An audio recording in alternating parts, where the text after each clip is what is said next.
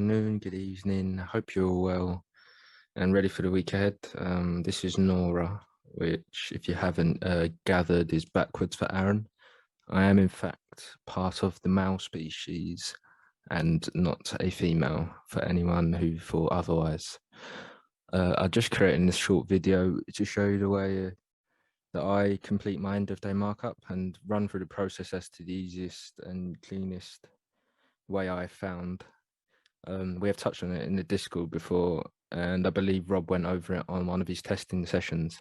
So this is just going to be how I have it set up and what I do. I won't be diving into anything technical.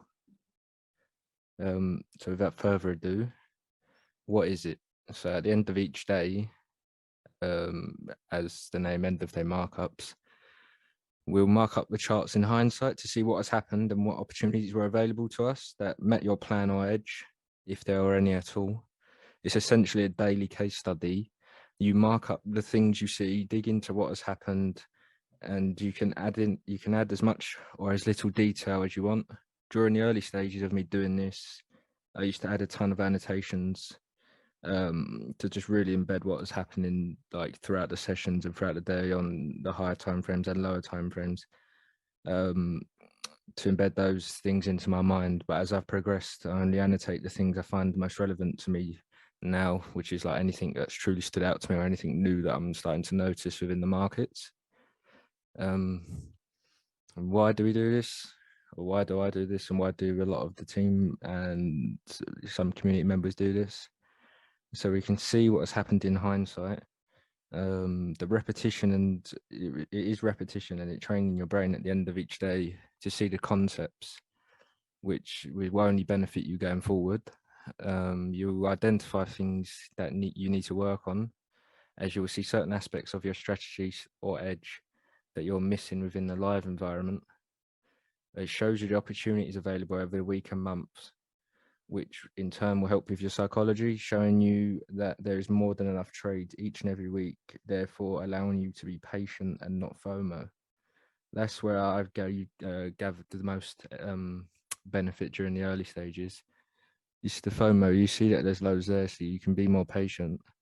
And obviously the repetition obviously helps. And if you're doing this at the end of each day, what I found is it will act as a type of forecast for the coming days, because you'll see what has happened during that session and what has been happening over the previous X amount of days. And you will also see the areas that have been left unmitigated when you're marking up your charts. So that's the overview of what it is, why we do it, why I do it. And I'm just going to hop on. So this is my Notion template down here. Rob shared a different one. It's slightly edited. They're both in the Discord, so you have access to them both. I do this. I have, so I've been doing it since first week of March, as you can see. So what I'll do at the beginning of each week, I'll click this template button. It will generate a new one. So this is now going to be my September week 4.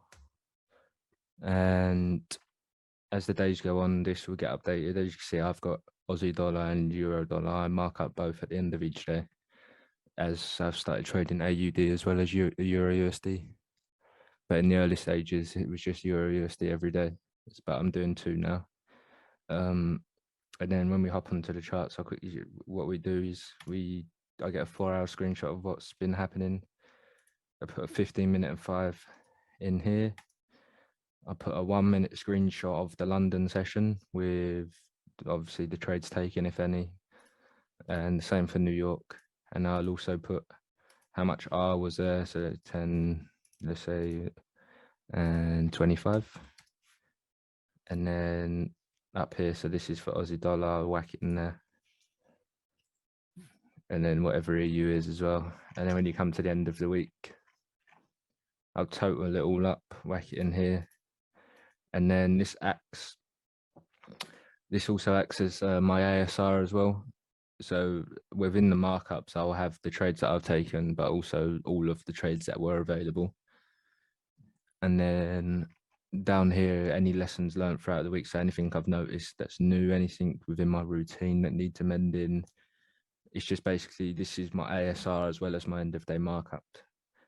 So anything that you want to include down here that you find relevant, it can just be technical based, it can be outside of trading that you found impacts your trading. So yeah. And then when we go to trading view, so the way I have trading view set up, I have a whole new chart layout. So I have those set up, so just focus on this one, end of day markup. And then I've got it set up into 4 screens. If you don't include the 5 minute, then you can probably do 3 screens, just like this, and just have 4 hour, 15 minute, 1 minute. But I like having the 5 minute as well, just for some refinement sometimes. And then all I have ticked over here is symbol and crosshair. That's important, as you'll see as we move on. So for the 4 hour, you just mark up what's been happening, what's happened, basically. Just a roadmap of what's most relevant to like the current weeks and days. So, and then 15 minute, you do the same, but just say if you was doing Friday, you just mark up what's relevant to Friday. So you could put this in here. Oh god. Oh, actually, we can just jump in and I'll show you the next part. So on this one, I'm clicked on this screen. If you go down to here, which is your draw object tree, you can see it's just whatever's on there. And then if you go on the 15 minute one, so I've got it all indexed. So it matches the journal, the Notion template. So if we just unhide Fridays, so this is all I marked on for Friday's one, for the 15 minute chart. And what I'll do is I'll mark it up, because the drawing is tool, it doesn't copy over automatically. So I'll mark it up and then just highlight it, Control C, and then go onto the 5 minute and then paste it on here. And then when I'm on the 5 minute, I'll go in the 15 minute zones and do any refinements. And then anything else that I need to add on the 5 minute. And then once that's all done, I don't know if there was any refinements, but you can see I've got a different one here. No, there wasn't. So then once this is done, if there is extra stuff on here as well as 15 minute, you're gonna copy them both over, because 15 minute was pasted on here, you add extra stuff and then you copy all of the stuff on this one and then paste it onto your 1 minute. And then again, you see I've got them all indexed. So this will just show the stuff that I've marked up on the 1 minute as well as the other ones. So it keeps it all nice and clean. Instead of having drawings over drawings over drawings, you can clearly see on the 15 minute, then the 5 minute, and then let me just remove this. And I'll unhide Fridays.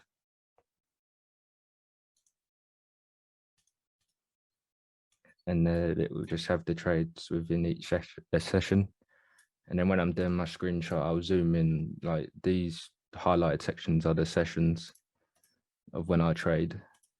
So then when I'm doing London, I'll just zoom in here just so you can see this section and anything before that's relevant, and take a screenshot, put that in the London, and then the same for New York.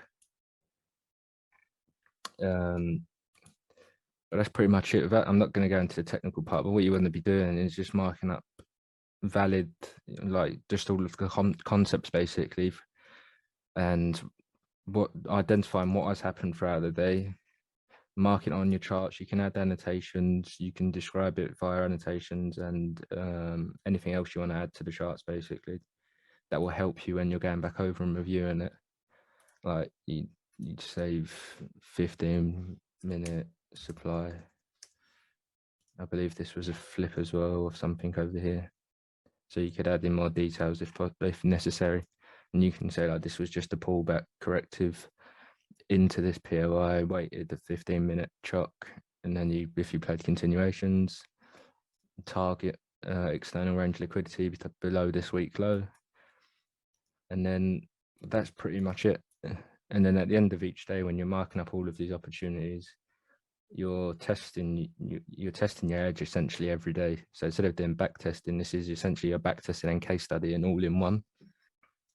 And to take it one step further, I know a couple of the lads, once they've marked up their 15-minute stuff, they'll just go to the beginning of the day like this, go to the 1M. So this is another way you can train it after you've marked it all up in hindsight. And then once it comes into your, let me just skip it ahead actually. So let's say you had this 15-minute POI marked on.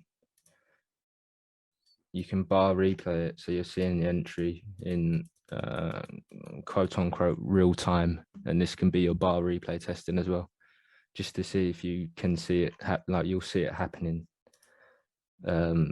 as it's happening, rather than just seeing all of the data there. So that's another way you can use this process. But yeah, I think the main points to take away from this process video is like why we do it, what you're actually doing. And then I personally believe this is going to be the cleanest way to have it set up for yourself. So you're not cluttering up your main chart where you do your analysis and your actual trading. And you also have everything saved so you can refer back to it whenever you want. So then once you've, like, just to touch on it again, once you've marked up your 15-minute, copy it. And it's important to have the drawing tool thing off so it's not copying automatically. And then you highlight the day, and then just in case you don't know how to do this part. So let's say you have drawing. So you got 3 highlighter things from Friday's PA. You highlight them all. You can do it in here by clicking the bottom one, holding Shift, clicking the top one. And then you can right click, create a group of drawings, or you can click this folder up here. And then however you want to index it like that. So I'll just September, let's pretend this is Monday. Week 4, Monday, 15M. Click enter, and then you can just lock the drawings and hide them. And then whenever you want to come back and refer to them, you'll see them there. You can do that. You'll see them. And so you'll also have the screenshots, but you'll also have it all saved on your end of day markup template. So it's a nice way to come back and see all the data that you've collected. And then taking it one step further, you can also at the end of the week unhide everything on, let's say, the 15-minute and just see it all play out. But yeah, in the 4-hour, I don't hide anything. I'll just remark this up. Basically, not much changes day to day. So you just add in the new bits, and then at the beginning of the following week, I'll just delete it all. And then on the Monday, I'll remark it up with a fresh mind, and then just dig into the lower time frame ones. But yeah, that's pretty much it. I hope you get value from this video. This is my first one, so take it easy on me. And yeah, let's smash out the rest of Q3, ready for Q4.